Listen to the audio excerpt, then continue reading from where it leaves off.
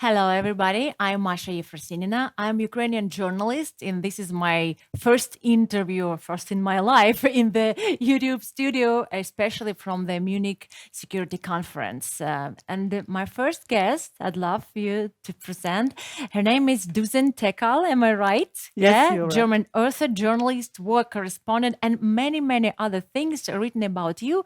But Düzen, if I would ask you just tell me, present you yourself in a couple of words. What would you choose among these? So, my name is Düzen Tekkal, and I'm a human rights activist because I have to become a human rights activist because of my religious people. So I belong to the Yazidi religious community, and I would say my life-changing moment was in 2014 when ISIS invaded our regions in Iraq. So I went there as a journalist, but I turned into a human rights activist overnight because of the genocide. You know, my life also changed in 2014 because Russia came to Ukraine and there was the annexation of Crimea and Donbass, and then the war started in my country. So we have so much in common. We have thinking so about many that common year, things in our 2014. activities because I'm doing a lot for women of Ukraine, children, and I hope we will have time to talk about this. But let's start from yesterday panel. Yes. You were the member of panel. Exactly, there was the Vladimir Klitschko and also Nadia Amadi. Yes. Natalie Amiri. Natalie Yes. Amadi. Sorry. No So problem. what is it? What is it dedicated to? This panel. For us as a human rights organization, Hava Help, which we found out of the ashes of genocide, it was always clear that we have to be there when something is happening to other cultures, to other people. So when the Iran revolution begins, we were very loud because this slogan, Jinjian Azadi, belongs to a Kurdish movement who is now be using worldwide. And I think this is very, very important to find out how we can stand up against despotias, for example. And for us as Yazidis, it was very clear that we have to bring people together, a movement of freedom, of women's rights. And therefore, there was always this mutual understanding between Ukraine and our people, because you were talking about that in 2014 when you were in Maidan, and the Ukrainians were screaming, today they are doing that with us, but tomorrow you will be maybe the next ones. And we had the same pain at that time because it was then the genocide happened to our people. And therefore, I think it's very important to talk about issues, challenges, and problems when it's happening and not when it's too late. And therefore, it was for us very interesting to make this line between the evil twins, Russia and the Mullah regime. Yeah. So there is a big connection between them, as we know, as you know better than me, but we don't talk about the fact how we can defend that and what is our answer, especially in Western countries, for example. And therefore, we were talking together with Vladimir Klitschko, who just came from Ukraine, and Natalie Amiri, who is a well-known author also from Iran, who was living in Tehran. So I think that Russia and the Iran or the regime have so much in common, propaganda, and especially, and this is something which I find very important, this kind of being against life. So when I'm looking at Russia television and see journalists like a very popular one who's talking about the fact that life is not so important. Life is not so important. Just imagine what that means. Keeping their children in Europe in a very, very bad West and not allowing them even to come to Russia, especially not to go to die. They want Russian people to die, and they do it greatly. So do you think that this mix of this union of Russia and Iran just makes the power of dictatura and of the enemies, I think, of the world? Because Ukraine and Iran are the most hot spots on the map of our world where the awful genocide is now holding on. Do you think this power can be destroyed? I think we have to. So what is the other choice to make that clear? And I think what is very important also here in Europe is the understanding that what is happening in Ukraine is more than for the people in Ukraine. It's a worldwide problem against all us. So what is coming from Masha or from Iran is dangerous for all of us. And when we talk about the fact that life is not important anymore, what does it mean? It reminds me to that, for example, what the ISIS fighters always said, because they are not living for this world, they are living for the other world, for example. So we have the same issues in Iran, in this mullah regime who is killing their own people, for example. And of course, this kind of propaganda saying is like psychological to make clear to the Russian population, your sons have to die because life is not so important, of course. So therefore, I think there's just one answer, but one powerful answer, and that is Jinjian Azadi. Women, life, freedom, the will to survive. And I was so impressed from Vladimir Klitschko, who was talking about that yesterday. And I think we have a big responsibility also here in Germany, in our media, when, for example, when we are talking about Zelensky, what he wants. And sometimes I have a understanding of that people want to blame him because he needs weapons, but to survive. So without weapons, maybe Ukraine isn't here anymore in the future. So we are talking about an ongoing genocide. And this is something which we have to make clear, that the Ukrainians are not just fighting for themselves, they are fighting for all of us.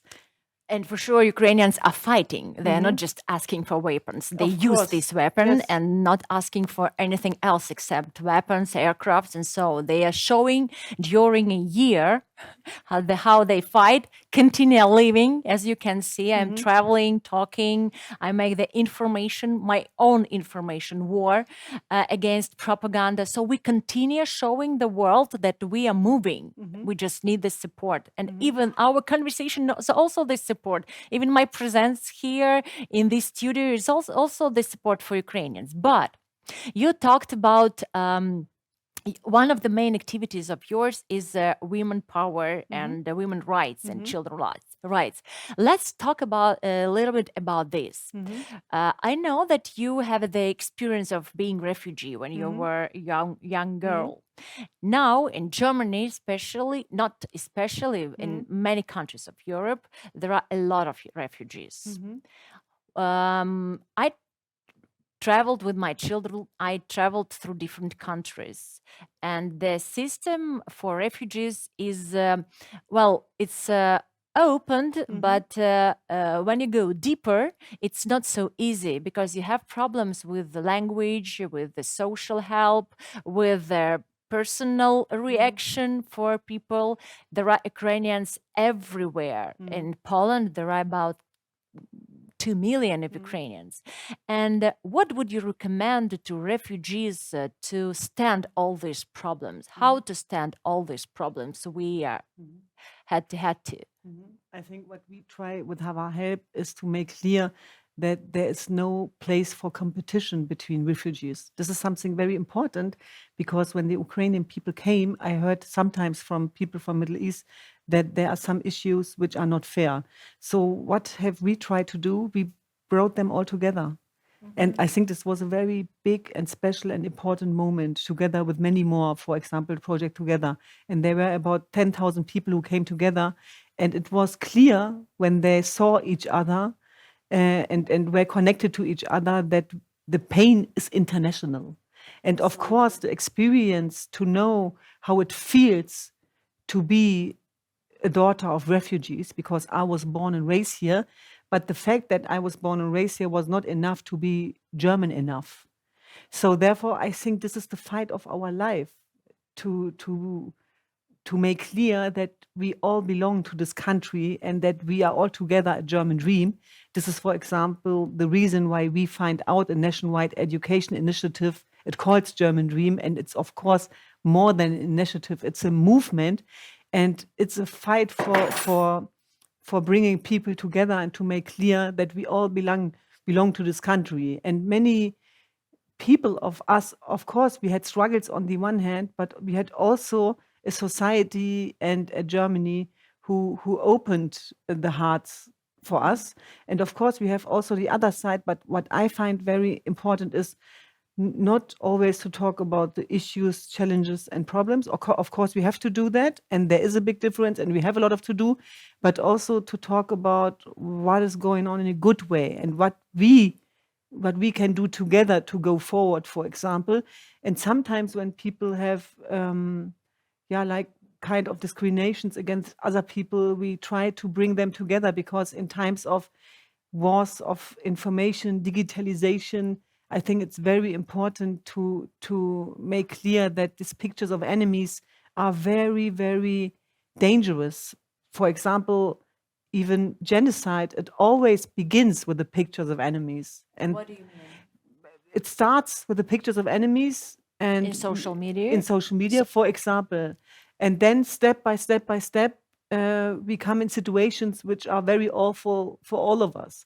So I think what is very important is to make clear that we are living in one world, and the people in Ukraine are not just fighting for themselves, they are fighting for a universal world. So sometimes we are talking about Western values, but I think we don't have Western values. They are international. Do you hear that we are moving to these narratives here, especially in this Munich conference? Do you hear it here? I hope so, of course. And that is the reason why we came here, because I think it's very important to take part also at the human rights organization from civil society movements, and to make clear that the power of women is also very important, because I think we are, of course, we are a part of all. And it was very challenging in the last year. So it's not that clear when we are talking about journalism or the places where we are. So I'm a war reporter, for example, in Iraq. I was in Syria, and we were the only ones. So when I came to Iraq the first time, I just saw men who were talking about the women, the Yazidi women who have been raped. And I said to my sister, where are the women? Where are the Yazidis? Where are the people who are from the culture to make the decisions? And I think this is also very important, that we are part of power, and we are not, we don't go away from that. And for example, you were talking about the fight and the special role of the woman. We always talk about context in war with the women as victim, but this is much more. I saw many women who are agents of change, who became agents of change. For example, when the genocide was happening against our people, we had so many women who broke the silence. Women like Nadia Murad, like Nejla Mato, who said, I'm Nadia Murad, this is my name, I have been raped, but I don't feel shamed about that, because the perpetrators was doing that to me. So that was not just breaking a taboo, it was like a kind of revolution. And I think the fact that we get the recognition of the genocide from the German parliament, which was very historical a few weeks before, was because of the fight of our women, because they went forward and they were so strong and they became agents of change. And I see the same, for example, in Ukraine. So by the fighters, we have 22% who are women, for example. And of course, this is very important, I think. Yeah, sure. The women power is increases greatly in Ukraine. But as far I am the UN ambassador in Ukraine, and before the full invasion, I was my main activity was against domestic violence. But for now, during this year, we found out a lot of cases of sexual war crime, and Ukrainian women, they were raped, and they didn't tell about this because first of all, this was this level of tortures and rapes that women want to forget about. And another thing is that these, let's call them men, Russian occupants, they did it in such an awful and animal manner that just losing their fights on the fields of war, they were showing their power, just raping our women.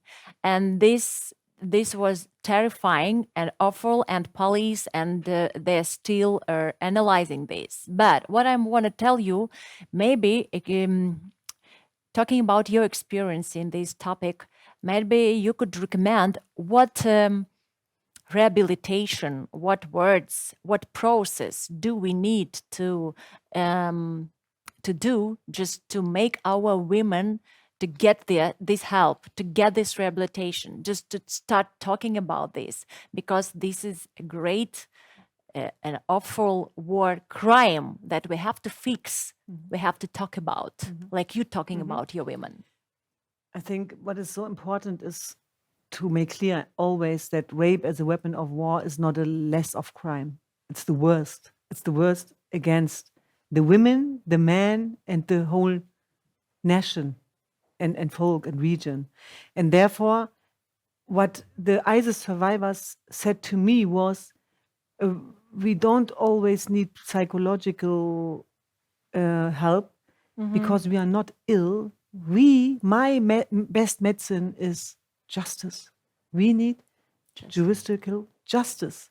So, for example, the fact that every one of the people who are living in Iraq and Syria, they don't speak English, but every one of them knows the word genocide, and it's important for them. They said to me, we survived because we have to tell our stories about our perpetrators and what happened to us. They dehumanized us. They made things with us which, dehumanization. But till we are living, we have to talk about that, because Nejla Mato, for example, I saw her yesterday. I bring her together with Vladimir Klitschko, which I found very important. And I saw her and I was crying, really, because I said to myself, a few weeks before, I was together with Nejla in Iraq by the mass graves of her parents, for example. And she was so sad and full of fear. And now I saw yesterday this self-confident woman who's standing there, and she always said, I'm stronger than ISIS. I survived because I chose surviving, living Jinjiyan Azadi. So this, I think, this is the reason why it's so important, because we can take it universal. And it's always like, oh, thank you so much, you helped the women from ISIS captivity. No. They helped us because they went forward and we were behind them. And she always said, they killed my father, my mother, but it's about my dignity. And of course, this was a development. In the beginning, there was a lot of fear, but then day by day, we find out that she needs more trust and more possibilities. The other thing is, we have, for example, with Hava, women empowerment centers in Iraq, 3. And what we hear there always is, we need possibilities, we need jobs, we need power, we need hope, we need something here for our future. We need the possibility to go back to our regions, but then when the war is happening, we don't have another choice. So not everyone wants to come to Europe, but when everything is disturbing, of course you need like a chance. But the most important thing is that they always say, don't forget us. Don't forget what was happening to us and include us. And this is something what we always try with Hava Help, to bring all together. So many women from Iran, for example, were there yesterday, also Yazidi women, also Ukrainian. And I think then something begins which is very strong. And I think there's nothing more strong than bringing these people together from many different places to make clear that this is our strongest answer against despots like Russia or the Mullah regime, because what they try to do is against the Western. Of course, yes. Yeah. I would love to add also, don't victimize Yes, us. yes, Don't victimize yes. us, because we have strength and power to fight and and need some more weapon. I don't want to end like this. Just can you tell me, who is your role model? I think my grandma was someone very special for me. Yeah, she was 107 years old. Yeah, Wow. yeah. And she had a very exciting life. She was living at the Turkish-Syrian border, where the region now, which is very awful with the earthquake, of course, but she was like a special woman. She had her own rights. She was like a she-man in a good way. How did she manage going through so many tragedies and so many problems? How did she manage to keep loving? I think this is this is the place where resilience begins. And sometimes when I feel sad or have this kind of feeling that no one is understanding what we are doing or we have to fight more, I'm always think about my mother and my grandma and my parents, and I know how challenging their life was, and I know that there was a life without dignity, because being a Yazidi in these regions means to fight for surviving. And when I see what they have done for us, we were born and raised here. I have 10 siblings. We are 11. And everyone is doing something right now for our culture, for this country together. It's always a fight for living. And I think there's nothing stronger than a big yes to love and to life, and not in a pathetic way, because of course we know how pain feels, but this is my deep experience, especially by the ISIS survivors. We are talking always about victimizing and what is happening to them in a bad way, but let's talk about the other things. Absolutely. And for example, also the ISIS survivors, we are fighting together, but also we are laughing together, and we are living together, and we go forward together. Living, and I think this is something which is very, very important also here in our Western countries, that even life is not something which we can take for granted. It's like like something which we have to be thankful for. And this is something which I try to remember myself every day. And I think this can help our work as well. And of course, the chances to use them, to go in and to live the dreams sounds sometimes very easy, but I think there's no more difficult than to try this day by day. And also not for yourself, this is the last thing, for other people together. Thank you so much, Düzen. Thank you so much. And I'm talking about the dream of every Ukrainian right now, and about justice. Düzen said we need justice. Yes, we need one justice, only one case, to see Putin and his